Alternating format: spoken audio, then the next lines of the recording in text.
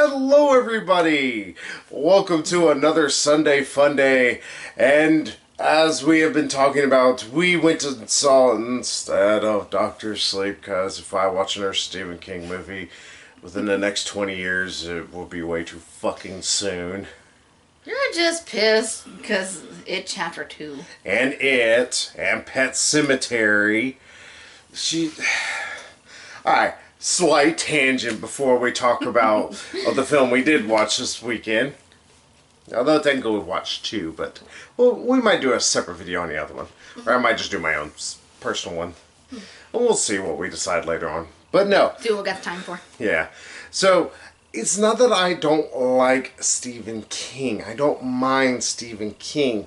Just you're starting to detest his adaptations of his movies. Yes, I'm getting tired of the fact that just because it was popular, people think that what we all want is a new It film based on his books, which, let's just be honest, some of them are not all that great.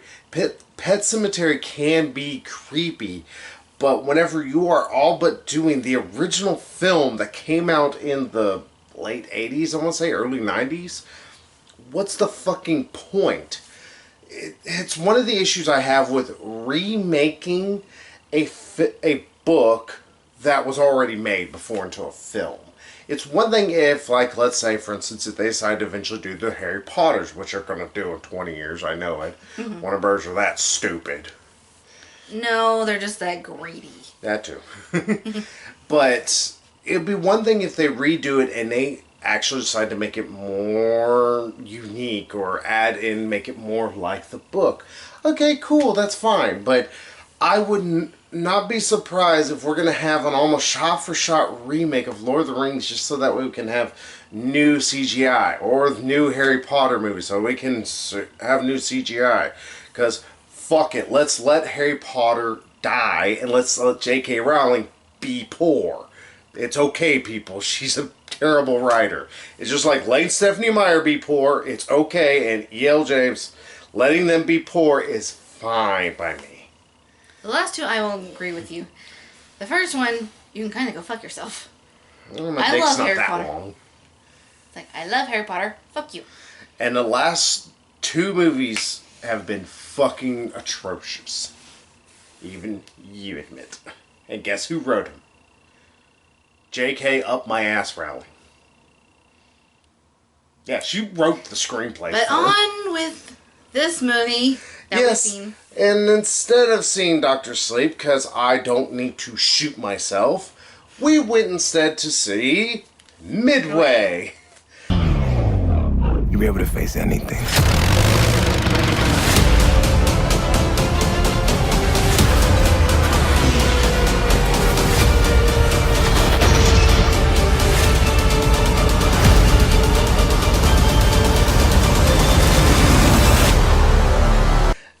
Now, just a quick explanation about my thoughts, since I am the historical person, on the original Midway film. Never fucking seen it, just to let y'all know. I've never seen it. What I've heard about it, it's not my cup of tea. I don't mind the old historical films, but considering it splices in John Ford's footage and everything, it's not for me. Just actually redo it or something. But we need to let the more novice of us all, in terms of war films, and also in terms of historical films, and also in terms of Roland Emmerich movies, we are going to let the beautiful one and only Megan lead us off with her thoughts on it. Because I think we would all rather hear her thoughts than mine, where I've kind of made mine almost blatant what I'm going to feel throughout the movie beforehand. So, what did you think of Midway? It sucked. Don't see. No, I'm just. Okay, so it was actually a lot better than I thought it was going to be. Let's get them crows shot down so somebody can eat them.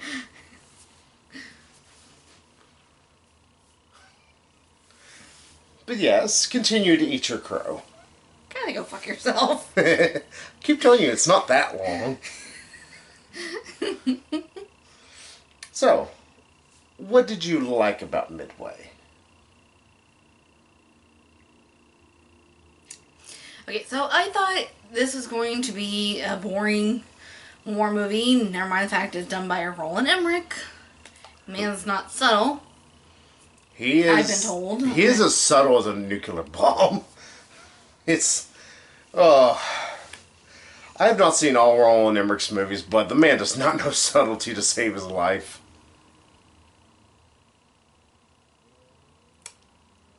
Anywho.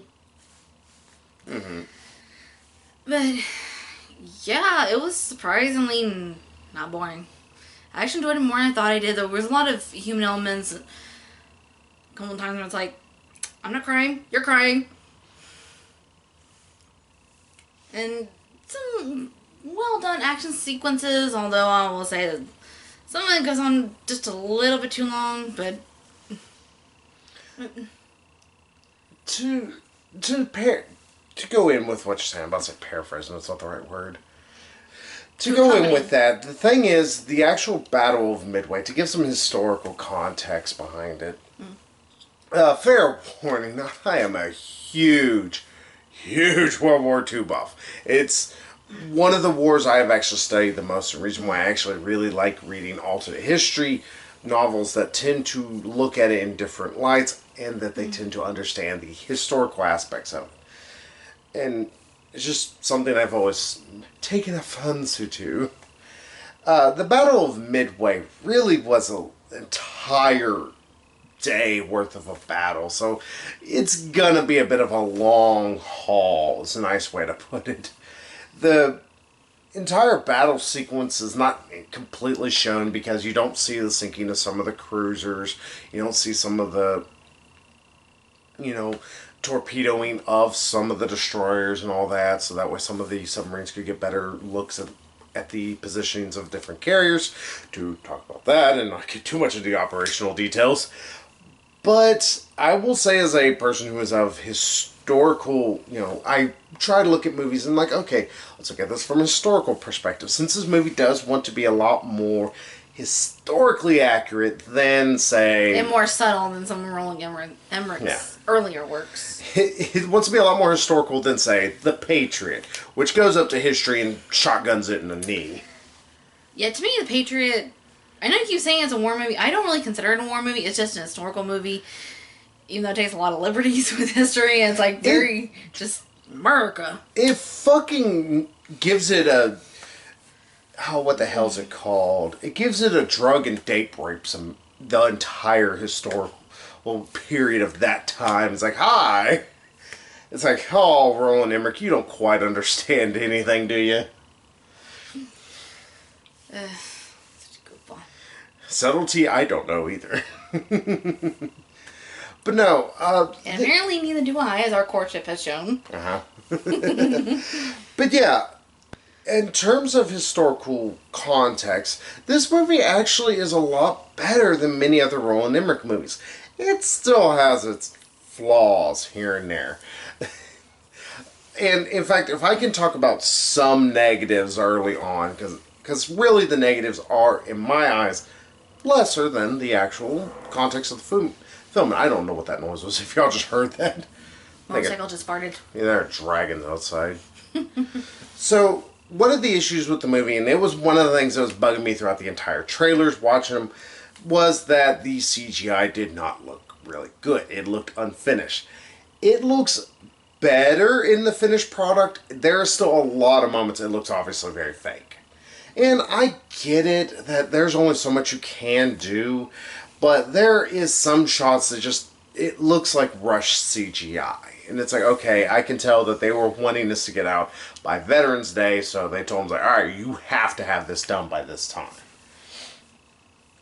That being said, there was a lot more really practical looking shots than you would have figured, such as stuff with the dive bombers. In fact, that's one of the big things it talks about is the SPD Dauntless dive bombers. Like, yeah, Dauntless. Yeah, because Devastators were the torpedo bombers. Sorry, I told y'all, I'm a historical nut, especially with World War II. Nerd. Yes, exactly. Sorry, it's Buck. So, I was like, okay, so they actually have some of these, actual dive bombers on deck, and some of the ways in which they land and all that, it's historically accurate. Sometimes it might seem a little, I'm going to stare at that a little funky, but it never strays so much into the point where the Patriot did sometimes, even though I actually do really like the Patriot. And where it's just, America! There is a lot less of that than you would figure. Yeah, that's one thing I was really surprised about, too. I mean, there's a lot of going over Japanese, like, okay, here's what we're going to do. Like, oh, the Americans have found us out, so here's what we're going to do instead. It's like kind of back and forth from the Americans to Japanese. And I like that. First of all, they're not, like, speaking English to each other so that we can better understand them, and they're not having to do subtitles. But they're actually speaking Japanese to each other with subtitles. Like, okay, this actually more accurate and more respectful of, the culture and what actually would have happened. Yeah. In fact, a lot of this is a lot more tactical in nature. And it's very, best way to put it is, it's very neutral in its perspective. It's not like, oh, pro-America, America gonna kill them dirty Japs. Or not like the Japanese are wronged by Americans. And realistically, it does kind of touch on one thing, but that's something else I'll get into in a second. It was a minor thing that I'm guessing was asked for by the one of the production companies behind this film. Hint, they're Chinese! But there is, it's very neutral, and that's something I like. Yes, we understand the Japanese committed incredible atrocities, but during the Battle of Midway, it was just two fleet admirals just pretty much having to use very unknown technology to fight each other. And that's actually something I kind of liked a lot. I was like, okay, this is actually being really true, because they were just seeing their planes out, hoping to God they were in the right spot. Mm-hmm. Yeah, another thing that I was going to say is that I like that it's not very, it does kind of lean towards America, but it's not really like, oh, the Japanese are evil. It's just saying, like, okay, here's what the Japanese did, here's what the Americans did, and even though the Americans are just kind of reacting to the Japanese and trying to defend ourselves, Japanese in their eyes are doing the same. And just trying to show, like, okay, well, we're not going to back down because we're not cowards, like, they thought that Americans were, and probably maybe still do today, I don't know. Yeah. And then, like, we're not cowards, and we have honor, and stuff, and it's actually very, I'm not sure how to describe it, like, respectful, but there's even a thing at the end of the movie where it says, it's like something about, like, the Americans and Japanese, like, lost a lot of sailors on this day, and the sea recognizes its own or something like that. And yeah, it pretty much just wants to retell a very famous, very pivotal battle, and that's one of the things that I think more and more people are missing with World War II. Okay, soapbox, and I'm sorry, I'm going to detract a little here. More and more people are wanting to focus on World War II simply because of the atrocities that were committed. In fact, I'm going to get into one of the negative things really quick. One of the negative things as well that I didn't care for, it shows sort of the Doolittle raid. Those who do not know, the Doolittle raid was where Lieutenant Colonel Doolittle, I don't remember his fucking first name, I just remember his last name because it's named after him. Mm-hmm. He took Army bombers and he bombed Tokyo. He was the first ever aircraft to ever bomb Tokyo. Never mind the fact we lit that motherfucker up later on. Mm-hmm. But whenever this happened, they landed in China. Now, the Chinese, obviously, a number of them helped to smuggle the Americans out and get them to safety because Colonel Doolittle, eventually he became Colonel Doolittle, not Lieutenant Colonel. Yeah. And a lot of Chinese were killed during the Japanese search for this. It's one of the things that the movie touches on ever so briefly, and it's like, at one point it has to bring up, like, 250,000 Chinese died. Yeah, Chinese civilians were killed for helping the Americans escape. Yeah, and it's one of those like, it's about as subtle as a sledgehammer there. And that's where I don't blame this on Roland Emmerich, because the whole Doolittle raid, it seemed to be more in the context of trying to use it and showing that the Americans are trying to fight back. Them trying to get one back at the Japanese after Pearl Harbor. Now, Michael Bay did a similar thing, and his was a little, is the best way to put it in terms of historical context. But here, again, it's just trying to show, it's like, alright, Americans are trying to do something back. In fact, for historical nuts, there is really technically 4 battles in this. Though one of them is a raid. It's the Marshall Island raid that happened in 1942. I'm a nerd. So I was actually one of those, I was like, oh, they actually did the Marshall Islands. Like, cool, interesting. But now, the reason why I don't like the fact that they want to go in and talk about the Chinese atrocity, or the Japanese atrocities that they committed against the Chinese people, it doesn't have any context to this movie. It adds nothing to it. It's one of the things that I fucking cannot stand that happens whenever we ever bring up anything dealing with World War II, or dealing with, remembering from Pearl Harbor. People, I get it. All sides committed horrible atrocities against each other. Americans are not clean in this regard. We fucking firebombed Tokyo to literal death. We nuked 2 of their cities.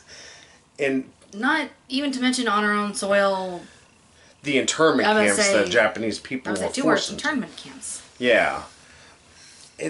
I'm not trying to sit here and say that, we need to lose that context within, talking about the history of everything. But whenever we're talking about the remembrance of Pearl Harbor, it's not trying to say, it's like, that forgives us of anything. No. But if you're going to have, like, let's say, a movie about Pearl Harbor, it's going to be about that. Same with this. Midway is about the Battle of Midway. In fact, everything is leading up to Midway. One of the things I really liked about this movie is like everything. Yeah, it very briefly touches on Pearl Harbor. It shows you what it needs to show you to say, like, okay, it's kind of horrific for these people caught unaware, and just having to watch their friends die, either be burned alive or to drown in this attack, and it's like, okay, well, let's go get them. Like, just, putting them in that revenge mindset of like, okay, just, we need to do something back. We need like when the Japanese even says, like, we've awoken a sleeping dragon. Sleeping giant, something like that. Yeah, very famous, out of context quote, technically. That, if I'm not mistaken, some people don't believe Admiral Yamato actually originally said. But I'm not even going to get into that, because guess what, people? I have looked into it, and I'm like, God, there's a lot of information here I can't all process. It's Rolodex only in so much room. Well, whether he actually said it or not doesn't make it any less true. Yeah, it is a quote that's very famous, though. Some people misattribute it, so I don't give a shit is all I say. I'm like, I don't know. Somebody said it, that's all I know. But yeah, going back into the dealing with the whole, Japanese atrocities, everything, it doesn't need to be in this movie. That's one of the issues I have. It's like, I am all for it if we wanted to do a movie about the Peking massacre. Millions of people getting murdered, okay? Yeah. That is horrific, and that would be a great movie to make.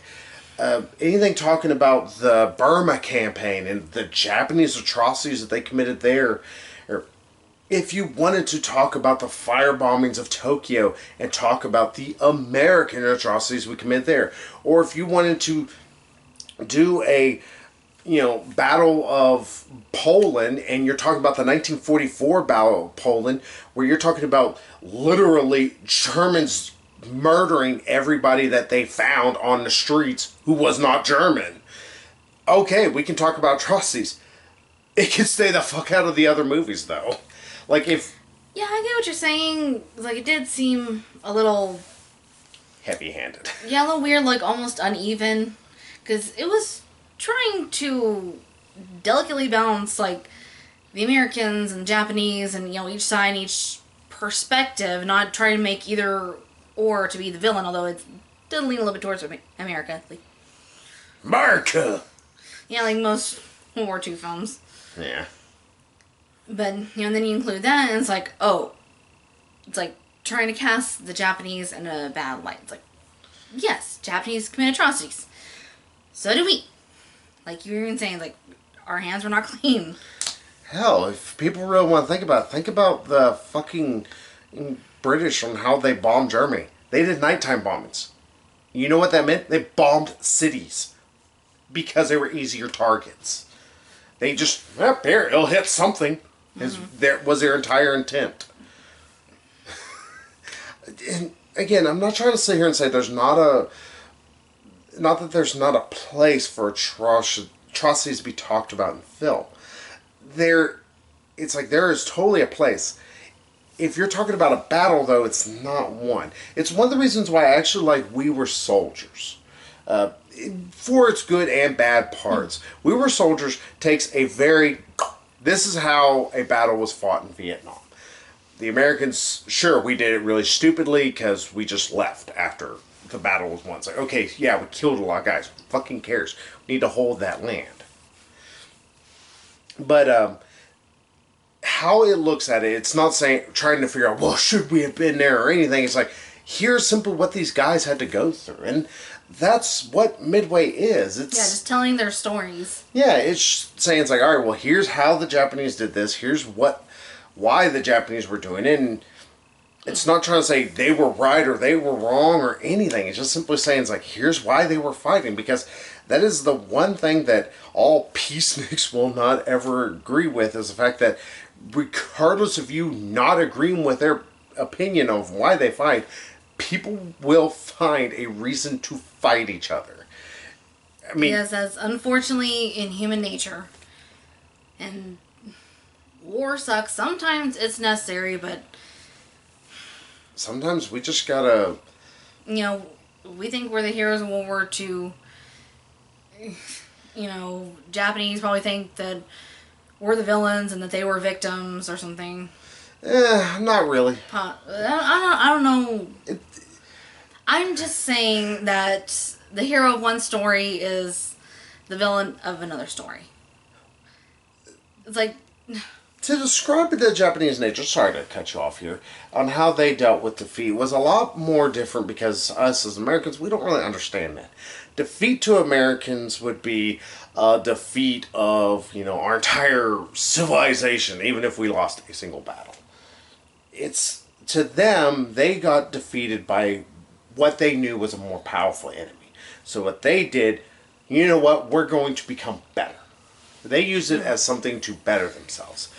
And that's part of what they're trying to still accomplish to this day. And in fact, I would say, despite the fact that they sometimes have some really, really, really weird ways in which they wish to do things, but they have tried to make themselves a better society for it, Hell, they're one of the most peaceful societies. And it's not because they don't like war. It's because they've begun to see more of its frivolous nature of it. They don't... I'd say they've begun to evolve a little bit beyond. Yeah.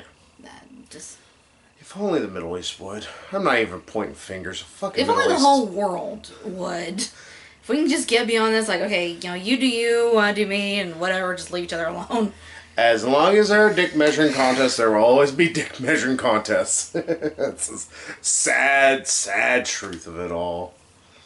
But we have veered grossly off topic. And let's talk more about... Yeah, just the point we're trying to get at is that it tries to show both sides and not really... Yeah. It's a very gray in terms of its way of looking at things. And that's a good thing. Now, I will also say... I can appreciate trying to show both perspectives. Yeah. I will also say, I was thinking that this was going to have a lot of really hammy bits. There were some ham. Like... Oh, fuck. The one guy who... He is based on a historical character. What's it? Dick... what's his name? Richard Dick Best. Yeah. Richard Best. Yeah. Dick is the best. Yeah, like Ed Screen or... Yeah. How you pronounce the name? He is based on an actual guy who did legitimately bomb 2 carriers. Yeah, it's even like at the end showing like what they did after, what happened to them after The battle and also after the war and everything. Yeah. And his whole thing is, just trying to do as best he can. There is some hammy little bits from him, but it's not because of him. I will say he actually does a pretty decent job. Yeah, he's portraying this like cocky little son of a bitch. He's like, yeah, I know I can land this plane, because he is pretty good at flying planes and landing them in tight, like, tough situations. Yeah. But there's like some lines that they give him that is just like, damn it, that's corny as fuck. It might be something he really did say, but like at one point when, oh God, we're gonna ruin the movie, the Americans win. But at one point when he's bombing one of the Japanese carriers, like spoiling the Alamo. Yeah, it's like putting me into the fucking Alamo. I was like, well, don't spoil it for you. It's like, fuck off, people. It's a nearly 200-year war or 200-year battle. Oh. But yeah, he bombs on the carriers, but right before it, this is for Pearl. God, that was so corny.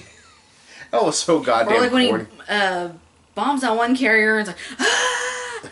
It's like, there's that goddamn it. look on his face. It's the Dragon Ball Z powering up face. Yeah, and I will say, like, he doesn't stay cocky throughout the film. Like, he actually realized, like, oh, there is more at stake, and it's like, maybe we're not gonna win. But he still is like, damn it, I'm gonna still try my best. Yeah, he's very determined, and sometimes doesn't like to follow the rules, because, like, he just wants to, get the job done, and make sure it's done right, and it's not done by regulations. Yeah. Which actually, they even admit at the end of the movie, it's like, yeah, it kind of helped win the battle, or kind of win the war. Yeah, turn the tide of the war, is what they said. Yeah. And it's one of those times when you, like I said, the ham that is in the movie, it's not enough that it completely distracts from it. I will give it that much. Yeah. It's like there is. I barely noticed it. Yeah, there are some times when it leans a little, but it's never too terrible. There is talking about Japanese atrocities things that I thought was like, okay, that's right the fuck on the nose. Because we also have to have Aaron Eckhart talk about, oh, they shouldn't be targeting civilians. You just bombed a city, dude. It's like, seriously, do not sit here and try to preach to me. It's like, hi, pot, me kettle. Yeah, it's like, what? Yeah, it's one of the sillier moments, unfortunately. And it took me briefly out of the movie, but it was able to bring me back in. And also, I will say this much, the battle sequences are pretty damn good considering the fact they have to do mostly CGI. But when they actually go with real sets or real props and everything, it looks a lot better. Though I am fine with the fact that the zeros were not real zeros. I know some people might take a lot of offense to that. At this point, especially whenever you have Dunkirk to compare this to, I will take a movie that can give me CGI and make it feel like a war zone than a movie that uses real props and barely ever feels like an actual war film. Yeah, where barely anything happens and hardly anyone's talking. It's like, I get it's supposed to be, solemn and, respectful. Kind of depressing, but it's like, this is boring. Nothing's happening. Do something. Say something. I don't care. Just it would have been nice if... run naked through the streets. Something. Or, hell, if they had, at least throughout Dunkirk, consistent amounts of, like, the ground artillery or anti-aircraft guns having to fire off to ward off German fighters or anything throughout Dunkirk. Again, like, people might... Also tell a story in a linear manner, Christopher Nolan. Yeah, because that's the thing. It's like, even though, at least this movie, it consistently gives you, if you are not 100% sure how to follow it, gives you time codes. It's like, alright, well, here's what's happening. It's might be a little on the nose, because, again, Roland Emmerich is not one for subtlety, But I will also give it this much. The action is well done. Whenever it needs to be, it's not cut choppy. It's just long enough Not Resident takes. Evil. Yeah, it's not where I'm going, oh my god, I'm getting a headache from all these cuts. Yeah, where it's like, I can't tell what's fucking going on. It could be eating abominable snowman dancing with Freddy Krueger right now. There is, longer takes and different things. Like, for instance, there is an entire sub-sequence at one point, talking about submarine, and holy fuck did that give me claustrophobia. And it felt real, because it felt like a real U.S. submarine, just this little cramped little shit thing, and it's like, oh my god, get me out of here. And it's just proof I would never be able to be in a U.S. submarine back during World War II if I was alive. Ooh. Yeah, it is very good. It's surprisingly how good the movie actually is. It had all rights to be an absolute train wreck and just be a mess of a film. But damn it, it's actually pretty damn fun. And it shows the right amount of reverence that it should for both sides. But you know, it's got a lot of heart. Yeah. There's some... Oh, and also if I can talk about a little negative here again. Some slower parts where we gotta have a little bit of talking. Which, I know, it's still with the operations. But sometimes when it's talking about... Best Dick, his thing. Talking about his family, it's like, I didn't mind his family. They weren't bad, just... It always felt superfluous to the story. I get it was trying to give him character motivations, give him characterization. So pretty much like everyone thinks that he doesn't care if he makes it home or not. It's like, no, he actually does have a reason to care. He's even though it's not really said in the film, he pretty much he believes in something greater than himself. Yeah. And not just avenging, his fallen comrades, but also pretty much neutralizing this threat. Mm-hmm. And a little bit of comeuppance for, Pearl Harbor, but... Yeah, with the, this for Pearl. Well, like, that wasn't the last fucking line in this battle. That was kind of corny. But yeah, it's... History buffs, I don't think, are going to be as angry with this movie as I really were thinking they were going to be. Hell, I wasn't particularly pissed off with this film. There's a lot that I actually really enjoyed. I could nitpick it, but that's the thing. If, as a history buff, I would have to begin to nitpick, like, oh, well, planes wouldn't fall apart that easily. We probably could have tried to shoot it with reel, but it probably would look like ass, or it would look really, really, really slow. I'm okay with speeding up certain things or shooting it with CGI if it gives the actual feel. And that's the thing. It does feel always like a war zone. It always feels like this is a big, pivotal battle. Yeah, you kind of right there along with them, I think. Feeling like come on, just gotta get, kind of get in there and just kind of, bones, just gotta get right there, right where they're trying to arm the weapons. Mm-hmm. And just... Yeah, and also that's another thing. The Americans are not infallible in this. They lose plenty of planes, just like in the real battle, and they miss quite often. And a couple guys get taken prisoner. One's like, go fuck yourself. Yeah. Well, and Joe dispersed. It was one kind of little weird moment just because I was like, hey, it's Joe's brother. Kind of pays for his insolence by being thrown overboard with an anchor. Yeah. If he has a song that's called Anchors Away after this, I'm going to stab him in the throat. Yeah, spoiler alert, he doesn't survive. If he did, he's a goddamn Hulk. But yeah, I ain't messing that bastard. No, I ain't messing. Hulk angry with anchor. Too many stairs. Too many stairs. So. Oh, we're goofy. Especially you. I know you are. So, what would you give this film as a final rating? Well, it's not perfect by any means, like we're talking about. And yes, I enjoyed it a lot more than I thought I did. Yeah, get that crow for her. So what would you end up giving this then? It may seem a little high, but I'm at a 9. I'm going a little lower. This ventured almost to being a 7 for me, but it pulled it back for me in some of the final sequences that, okay, damn it, that was actually really well done. That's really well shot. Hell, I like at one point they even mentioned about the fact that John Ford was on Midway during the Battle of Midway. It's like... He gets hurt and is like, keep shooting, keep shooting. Yeah, and it's like, God damn it, Roland Emmerich, you actually looked up something. Yeah, I think they kind of humanized the Japanese at one point. Mm-hmm. Like when the commanding officers decides to go down with the ship, because they have to... They have to scuttle the carrier. Yeah, to keep it from falling in enemy hands, our hands.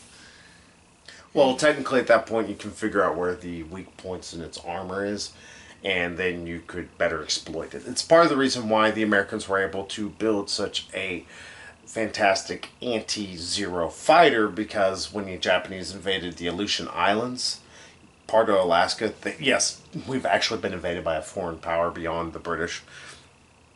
Whenever they invaded, we eventually were able to take back both the islands, and one of them we captured Zeros, or still on the ground, hadn't taken off. And at that point, we put them through their tests and everything. We learned they were actually really damn flimsy. Not trying to pick on the Japanese, they just didn't have the scrap metal to keep building their craft or aircraft as much as they wanted to. So, because of that, we were able to build something that was able to take more punishment than their Zeros could push out. I'm a nerd, what can I say? Nerd. But yeah, I will give this an... Yeah, what I was saying. Yeah, he tries to go down on the ship, and one guy, I think he's like a captain or something.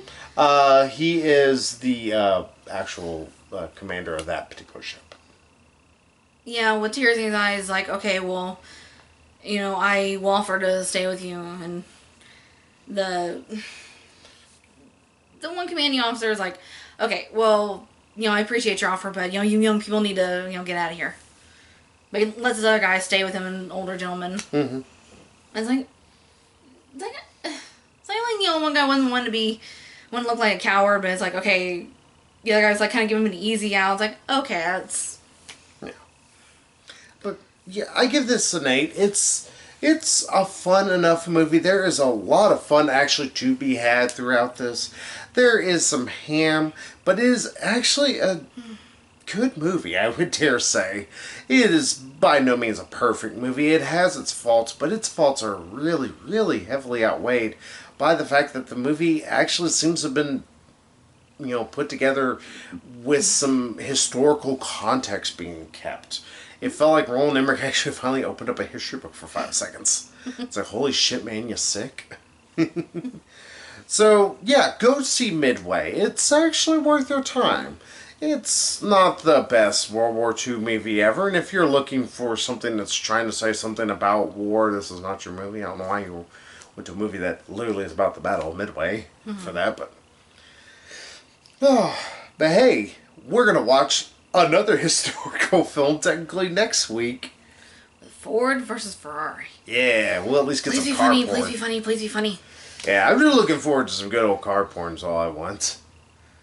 I want to see some Fords and Ferraris going at it. I just want to be funny. It looks funny. But hey, we'll see y'all next week with Ford vs. Ferrari. Until then, we'll see y'all later. So, bye-bye, everybody. Vroom, vroom.